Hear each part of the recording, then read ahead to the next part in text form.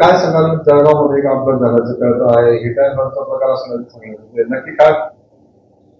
MIDC police station हद्दीमधील Rameshwar colony Mehrun परिसरात आज सायंकाळी 6:15च्या सुमारास एक अपघात घडलेला आहे.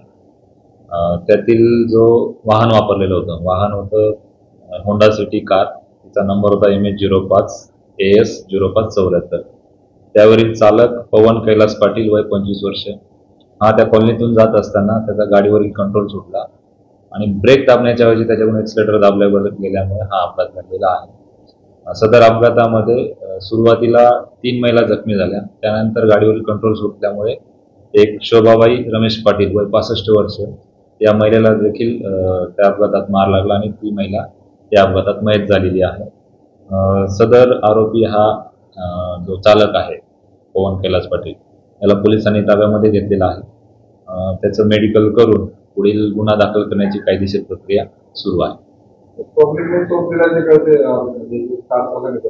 ज्या वेळेला अपघात झाला त्यावेळेला पब्लिकने त्या ठिकाणी थांबून जो चालक आहे तो आणि त्याची जी गाडी होती, त्या गाडीमध्ये जे जखमी झाले होते त्यांना बसवलं.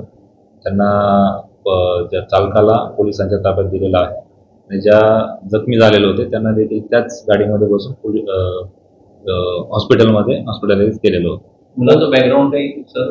जो चालक आहे तो अकाउंटंट आहे आणि 25 वर्ष वयाचा आहे. तो देखील रामेश्वर कॉलनीमध्ये त्याच एरियात राहणारा मुलगा आहे. बाकीच्या महिला जखमी झाल्या त्यांची प्रकृती कशी? त्यांना किरकोळ जखमा आहेत. त्यातील एक महिलेला डिस्चार्ज देखील देण्यात आलेला आहे. बाकीच्या 2 महिलांवर उपचार सुरू आहे. त्याला हिट अँड रन म्हटलं जाईल सर? हिट अँड रन म्हणण्यापेक्षा अपघात आहे. हा अपघात झाला आणि त्याला त्या ठिकाणाहून ताब्यात देण्यात आला. जखमीला देखील त्याच्याच गाडीमध्ये हॉस्पिटलमध्ये पाठवण्यात आलं.